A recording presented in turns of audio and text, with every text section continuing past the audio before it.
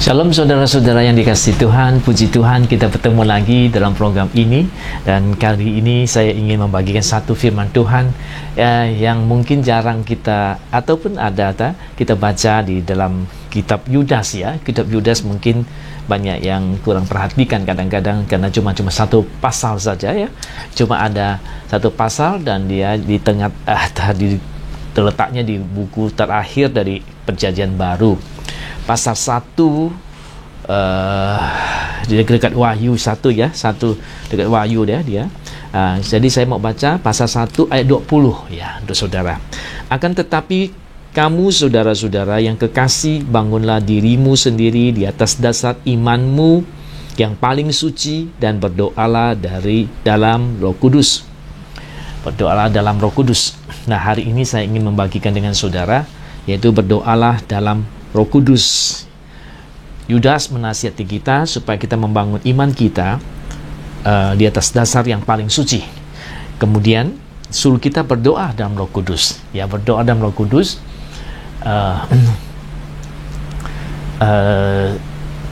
satu doa yang luar biasa sebenarnya, yang akan membawa berkat yang besar kepada orang-orang yang tahu memakainya. Ya, doa dalam bahasa roh, berdoa dalam Roh Kudus. Ya, saya pengertian di sini adalah berdoa dalam Roh Kudus, dituntun Roh Kudus, atau berdoa dalam bahasa roh ya, dalam Roh Kudus.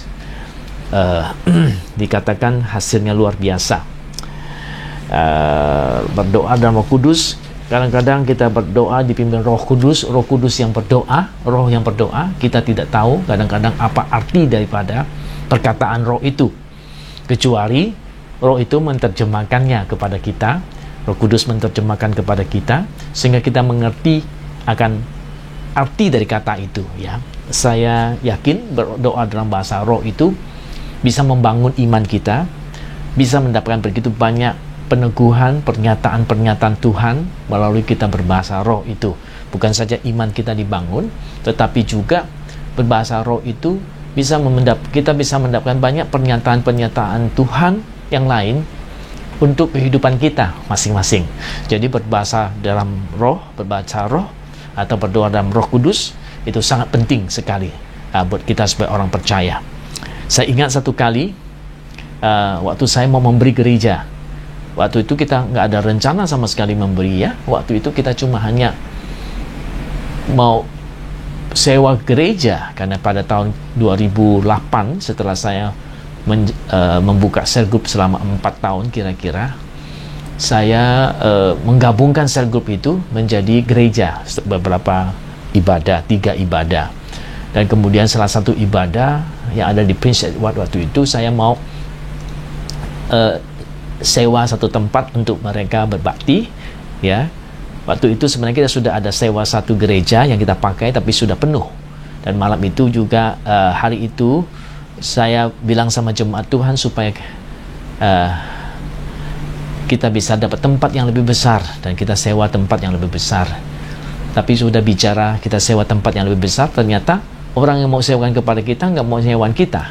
Jadi malam itu sebelum saya berdoa, saya bilang sama jemaat, mungkin Tuhan mau kamu beli begitu, cuma guyon aja ya, karena kita nggak dapat sewa tempatnya, daripada susah, sedih, kita guyon aja sebentar, mungkin Tuhan mau kamu kita semua dapat gereja, beli gereja begitu.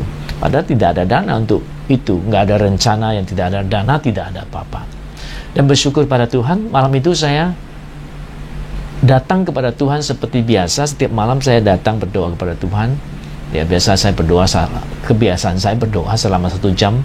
Kadang-kadang hanya cuma berbahasa roh aja, ya, tidak menyampaikan apa-apa yang lain, cuma berbahasa roh dan berdoa di dalam roh. Dan malam itu juga saya melakukannya. Sebenarnya kebiasaan ini sudah lama saya lakukan ya. Seringkali kalau malam hari biasanya sendirian berdoa 1 jam sama Tuhan begitu, berdoa. Dan banyak kali Tuhan memberi pernyataan di dalam roh itu ketika kita berdoa seperti itu. Dan malam itu saya berdoa 1 jam membawakan persoalan ini. Walau kita nggak punya tempat, kita doa dalam bahasa roh selama 1 jam. Dan kemudian selama 1 jam itu saya berdoa di dalam roh seperti yang diajarkan oleh Yudas ini, pasal 1 ayat 20. Dan yang saya dapatkan adalah satu pernyataan Tuhan kepada saya. Bahasa roh itu yang diterjemahkan itu cuma beli begitu ya. Beli begitu. Jawabannya cuma satu, beli. Nah, saya besok paginya saya kasih tahu Simo bahwa istri saya, saya kasih tahu dia bahwa Tuhan suruh kita beli gereja, karena dari malam saya doa itu, saya doanya Tuhan suruh kita beli gereja begitu. Tapi ya kita tahu kondisi keuangan kita tidak siap untuk beli, karena kita tidak ada rencana membeli, belum ada di rencana kita untuk beli ya. Rencana kita cuman sewa gereja, dan saya tahu Tuhan janjikan mau beli ke gereja, tapi saya tidak tahu kapan itu akan terjadi. Dan puji Tuhan, dan hari itu besok paginya sore jam 2 saya terima telepon dari teman yang sangat mengasihi kami ya. Dia bilang dia menyediakan dana untuk kami memberi gereja. Wah, itu luar biasa, saudara-saudara. Sebelum saya dapat pernyataan dari teman kita, tetapi Roh Kudus sudah kasih tahu saya, suruh saya beli. Padahal saya nggak ada rencana, nggak ada program untuk tahun itu beli gereja ya. Tapi Tuhan mengaturnya sedemikian rupa untuk kita. Dan saya bisa tahu itu Tuhan arahkan saya untuk beli gereja. Dan pertolongan Tuhan juga sampai, dana yang diperlukan juga ada, sampai kita mendapatkan dana sampai 10 juta Hong Kong untuk bisa beli tempat ini yang sekarang kita pakai. Ya, luar biasa ya. Jadi saudara-saudara, berdoalah dalam Roh Kudus. Banyak pernyataan Tuhan yang belum terjadi akan Tuhan kasih kepada kita, supaya kita tahu banyak hal-hal yang lain yang akan Tuhan tunjukkan kepada kita, supaya kita mengerti ya. Ini bukan pertama kali saya berdoa dalam bahasa roh seperti itu, mendapatkan pernyataan-pernyataan. Beberapa waktu tahun yang lalu ya, waktu terjadi 11 September itu yang di New York itu, gedung itu dihancurkan, saya juga mendapatkan pernyataan roh seperti itu. Saya menangis untuk New York, padahal saya tidak tahu apa yang terjadi di sana. Menangis, mengeram gitu ya, sepertinya ada sesuatu yang sangat-sangat dahsyat terjadi.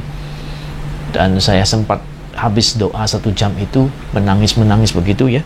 Saya masih sempat telepon teman saya, tanyain kondisinya bagaimana di sana, karena satu teman saya berada di Amerika pelayanannya. Saya tanya dia bilang nggak ada apa-apa, baik-baik aja. Saya bilang gitu, syukurlah. Tapi setelah saya lepas telepon tidak lama, itu pesawat tabrak itu gedung itu. Nah, tahun 2020 kemarin saya sempat pergi ke sana, karena Tuhan bukakan lagi pelayanan untuk saya di New York. Saya ke sana, saya lihat sampai hari ini itu wilayah yang di sana itu, tempat itu masih menjadi bencana buat orang-orang yang tinggal di situ, karena masih banyak racun-racun yang ada. Minimal 3.000 waktu itu orang yang meninggal ya. Sebenarnya Roh Kudus sudah kasih tahu sama saya untuk berdoa buat New York itu. Menangis, meratap ya, begitu rupa.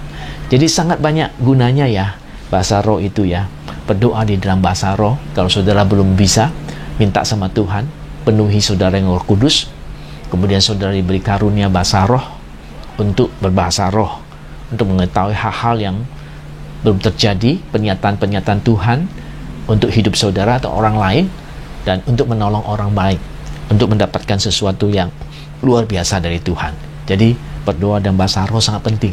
Kalau saudara belum memilikinya, doakan ya, supaya saudara boleh memilikinya, dan saudara akan melihat banyak hal-hal yang spektakuler yang Tuhan kerjakan melalui Roh Kudus kepada kita. Tuhan memberkati kita. Saya berdoa supaya Anda mempunyai kerinduan dipenuhi Roh Kudus, berdoa di dalam Roh Kudus. Haleluya. Berdoa dalam Roh Kudus juga berarti berdoa di dalam bahasa roh, begitu ya. Pujilah nama Tuhan.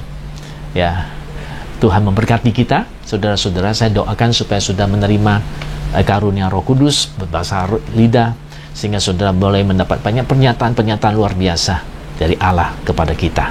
Bapa, terima kasih. Saya berdoa di dalam nama Yesus supaya mereka dipenuhkan dengan Roh Kudus, supaya mereka dikasih karunia berbahasa lidah, sehingga mereka bisa mendapat banyak pernyataan Tuhan yang ingin Tuhan sampaikan kepada mereka atau menguatkan iman mereka. hal-hal yang luar biasa yang ingin Tuhan sampaikan, Tuhan bisa lewat melalui berbahasa lidah itu. Tuhan, Engkau mengurapi mereka, Engkau menolong mereka supaya mereka mendapatkan karunia dari Roh Kudus, berbahasa lidah, mendapat pernyataan-pernyataan yang luar biasa dari Tuhan. Terima kasih Bapa. Di dalam nama Yesus, penuhkan mereka dengan bahasamu, bahasa lidah, bahasa roh, bahasa yang dari Roh Kudus, untuk mereka mendapatkan pernyataan-pernyataan Tuhan di dalam hidup mereka, yang menopang mereka, membantu mereka untuk mengenal Tuhan, ataupun untuk mengerti kehendak Tuhan, mendapat bimbingan dari Tuhan di dalam hidup mereka. Di dalam nama Yesus, aku mengucap syukur dan berdoa. Amin. Kiranya Tuhan memberkati saudara-saudara. Dipenuhilah engkau oleh Roh Kudus, berbahasalah di dalam bahasa roh, berdoalah dalam bahasa roh, supaya saudara melihat banyak pernyataan yang luar biasa dari Tuhan yang akan melengkapi hidup kita. Puji nama Tuhan. Sampai kita bertemu di program berikutnya. Bye-bye.